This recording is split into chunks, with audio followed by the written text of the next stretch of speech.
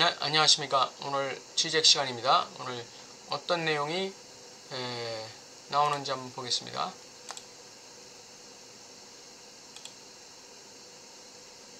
오늘은 이데올로기의 한 형태로서의 냉소주의, 이런 제목으로 살펴보겠습니다.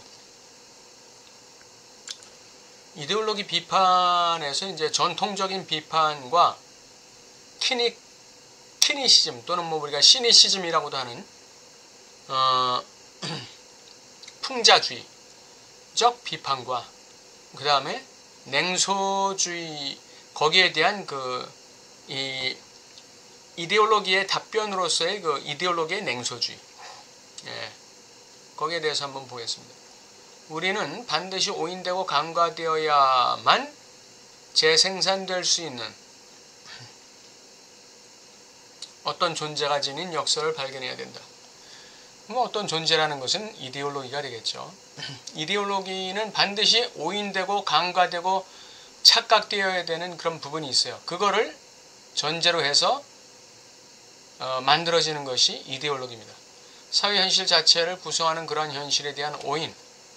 우리의 문제는 이 순진한 의식으로서의 이데올로기 개념이 오늘날의 세계에도 여전히 적용될 수 있는가라는 것이다. 우리가 전통적으로 비판하고 있는 이 이데올로기 개념이 그러한 그 위선과 이 약점을 가지고 어떤 이 이면의 어떤 이득을 그대로 유지한 채 오늘날에도 적용될 수 있겠느냐. 사람들이 깨어서 이제 알 만큼 다 안다 이거죠. 독일의 슬로터다이크는 냉소적 이성 비판에서 이데올로기의 지배적인 기능 양식은 냉소적이다 이렇게 주장해요. 냉소적이다. 오늘날의 이데올로기의 지배적인 기능 양식, 지배적인 통치 양식, 지배적인 통제 양식은 냉소적이다 이거. 너희들이 내가 주장하는 이데올로기의 그 위선과 약점을 알았어? 내가 주장하는 이데올로기의 그 이면으로서의 어떤 이 욕심, 탐욕과 그 이기주의, 그것에 대해서 너희들이 간파했어? 그래서 어쨌어? 뭐 어쨌다고 그게? 어떡할 거야? 이런 것이죠. 이게 냉소주의입니다. 이게 냉소주의. 니들이 알았어? 아이고 똑똑하구만. 간파했어?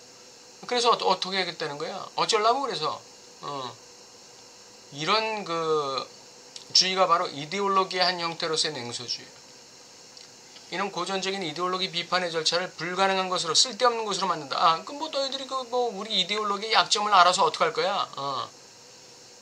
아주 대놓고 아주 사기를 치는 것이죠. 대낮에 사기를 치는 거죠.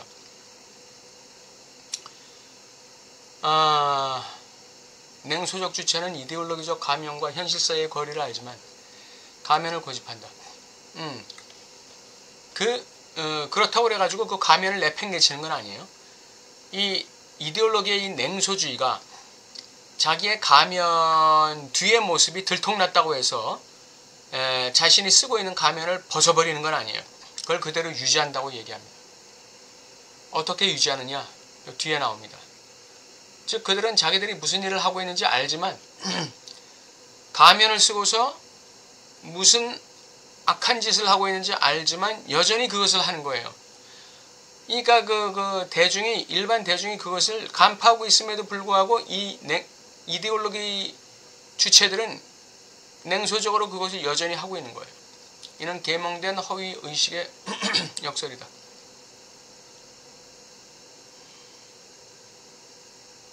계몽된 허위 의식이다 그러면 뭡니까?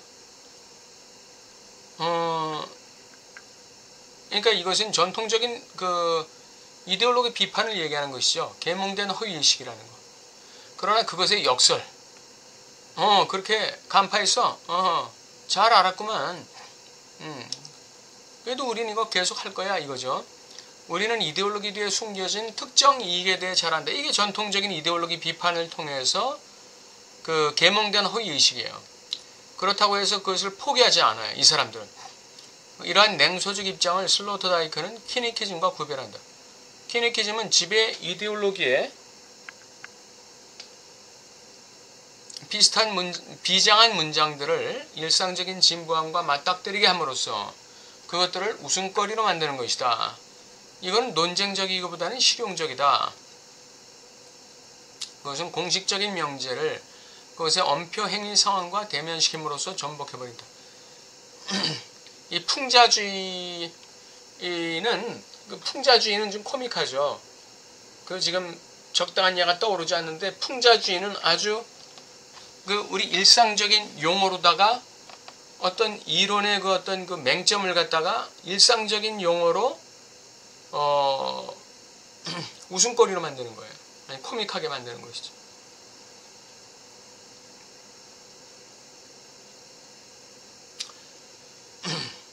적당한 예가 생각나는데 그건 넘어가기로 하겠습니다.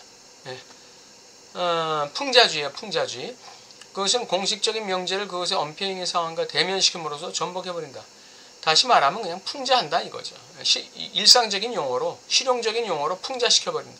웃음거리로 만드는 거예요.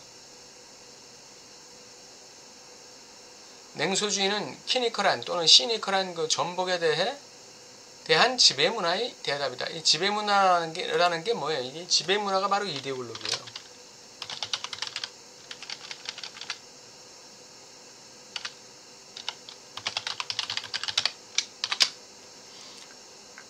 그것은 이데올로기적 가명과 현실 사이의 거리, 이게 들통났다는 걸 알면서도, 그리고 이데올로기적 보편성 뒤에 가려진 특정 이익, 요게 일반 대중에게 들통났다는 것을 알고 있고 계산에 넣고 있으면서도 여전히 가면을 유지할 핑계들을 찾는다. 어떻게 그 가면을 유지한다고 그랬죠? 냉소적인 지혜 모델은 청렴함, 완전함 등을 불성실함의 최상의 형태로. 어떻게 그 이데올로기가 자신의 냉소적인 지혜의 모델을 유지할까요? 그것은 청렴함, 완전함으로 자신의 불성실함을 캐모플라지하는 형태로. 도덕을 자신들의 방탕함의 캐모플라지 형태로. 진리를 거짓의 가장 실질적인 형태로 캐모플라지하는 것이다. 포장하는 거예요.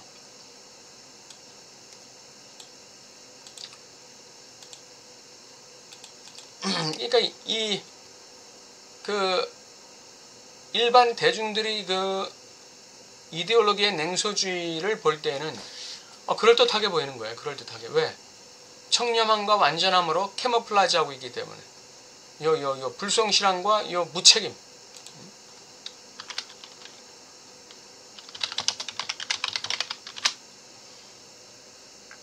요런 것을 어떻게 하고 있다? 캐모플라지하고 있다. 아주 최선의 노력을 다해서 했는데 어떤 상황의 변화로, 누군가의 실수로 좀 이 기대만큼은 안 나왔다. 뭐 이런 식으로 자신들의 그 방탕함과 부도덕성을 도덕으로 살짝 가리면서 자신들의 거짓과 위선을 진리를 끌어들여서 포장하는 그 변장술, 이런 거로다가 이 대중들을 속이는 것이죠. 냉소주의는 공식적인 이데올로기에 대한 일종의 도착된 부정의 부정이다. 공식적인 이데올로기의 이 부정이 뭡니까? 그게 전통적인 그 이데올로기 비판 아니었어요? 그걸 갖다 다시 부정하는 거예요. 그것도 도착적 방법으로. 정착적 방법으로 부정하는 게 아니라 도착적 방법으로 부정하는 것이죠. 어떻게? 진리를 그러니까 거짓을 진리로 부정하는 것이고, 그러니까 거짓을 진리로 포장함으로써 도착시켜서, 방탕함을 도덕으로 도착시켜서 이렇게 캐모플라지 하는 것이죠. 이러한 냉소적 이성 앞에서 전통적인 이데올로기 비판은 더 이상 힘을 쓸 수 없어요. 그 이데올로기의 맹점을 드러냈음에도 불구하고 오히려 그 맹점이 부정당하는 거니까. 그 비판이 부정당하는 거니까. 우리는 더 이상 이데올로기 텍스트를 증상적 도법으로 읽을 수 없어요. 예, 증상적 도법이라는 게 뭐예요? 그 이데올로기 이면에 그 위선을 갖다 드러내는 게 증상적 도법인데, 그렇게 비판해가지고는 이젠 들어먹히지가 않는 것이죠. 냉소적 이성은 이러한 거리를 미리부터 고려하고 있는 거예요. 예, 이데올로기의 냉소주의라는 것은 이러한 그 이론과 현실의 거리를 갖다가 미리부터 고려하고 있고, 또 그게 들통났다는 걸 알고 있어요. 그러면서도 가면을 쓰는 것을 포기하지 않는 거죠. 아도르노조차 이데올로기는 단순한 거짓이 아니라 진실로 경험되는 거짓이에요. 자신을 진실로 진지하게 받아들일 것을 주장하는 거짓이에요. 이데올로기라는, 냉소적 이데올로기라는. 너희들이 내가 가면 쓴 거 알았어? 내 가면 뒤에 뭐가 있는지 대충 알았지? 그래도 내 가면이 진실인 줄 알고 받아들여. 이거죠, 이거. 잔소리 말고 내 가면이 진짜인 줄 알고 받아들여. 이거예요. 그러나 전체주의 이데올로기는 더 이상 그런 주장을 하지 않는다. 그것은 심지어 그 저자들에 의해서조차 진지하게 받아들이지 않는다. 여기서 문장이 조금 애매한데, 그것은 냉소적 이데올로기를 얘기해요. 그 냉소적 이데올로기의 위상은 그저 순수하게 외적이고 도구적인 어떤 조작 수단일 뿐이다.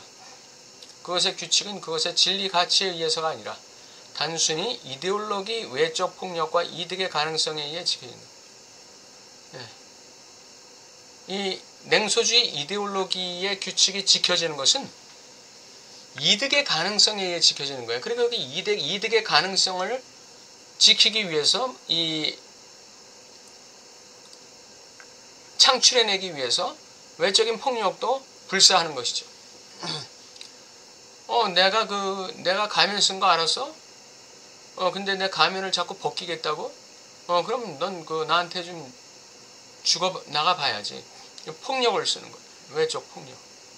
이 지점에서 만일 우리가 포스트 이데올로기적 사회에서 살고 있다는 생각이 성급한 것이라면 이에 대한 이유는 증상과 환상의 구분을 통해 이해될 수 있다. 기존 이데올로기 비판은 증상을 통한 비판이에요. 증상. 사회적 증상, 사회적 고통, 사회적 어떤 부조화, 이런 증상들을 통해서 이데올로기의 가면을 벗겨냈다면 이제는 그 이데올로기적 냉소주의라는 건 포스트 이데올로기적인 그 입장을 취하고 있어요. 그 포스트 이데올로기적 입장이 뭐냐? 그것은 냉소적 이성은 자신의 아이러니한 초연함으로 이데올로기적 환상의 기본적 수준을, 이데올로기가 사회적 현실 자체를 구조하는 수준을 손대지 않고 그대로 남겨놓는다. 그러니까 그 자신의 아이러니한 초연함으로 이데올로기적 환상의 기본적 수준을 그대로 남겨놓는 거예요. 그러니까 이 냉소적 이성은 자신의 아이러니한 초연함으로 이데올로기적 환상 수준을 그대로 유지한다. 이데올로기적 환상의 기본적 수준을 그대로 유지한다. 방어한다. 지킨다. 뭘로? 자신의 아이러니한 초연함으로. 이 아이러니한 초연함이 뭡니까? 아까 부정의 부정이죠. 도착된 부정의 부정으로. 요걸로다가 자신의 그 이데올로기의 이 환상을 갖다 그대로 유지하는 거예요. 요 도착된 부정의 수법을 이용해가지고 도덕을 가지고 자신의 방탕함을 캐모플라지하고 진리를 가지고 자신의 거짓을 캐모플라지하고 이 청렴함으로 자신의 불성실함과 무책임함을 캐모플라지함으로써 이데올로기의 환상의 기본적 수준을 그대로 남겨놓는 거예요. 자신의 가면을 벗지 않는 것이죠. 냉소적 이데올로기는 단순한 이데올로기의 맹점 위선을 폭로하는 것이 아니라 그러한 폭로에 대해서 그래 나 그런 거야 그래서 어쩔 건데 라는 입장을 취하고 있다. 노골적인 폭력과 이득을 드러내놓고 추구하지만 여전히 이데올로기적 환상은 그대로 유지하면서 대중을 속인다. 대중을 억압한다. 이게 속이는, 그냥 억압하는 것이죠. 외적인 폭력을 이용해서 억압하는 것이죠. 이거는 자신의 그 위선이 드러났음에도 불구하고 굉장히 아주 안 좋은 것이 이게 이데올로기의 냉소주의입니다. 오늘 취재 이데올로기의 한 형태로서의 냉소주의 오늘 살펴봤습니다. 또 다음 시간에 뵙겠습니다. 감사합니다.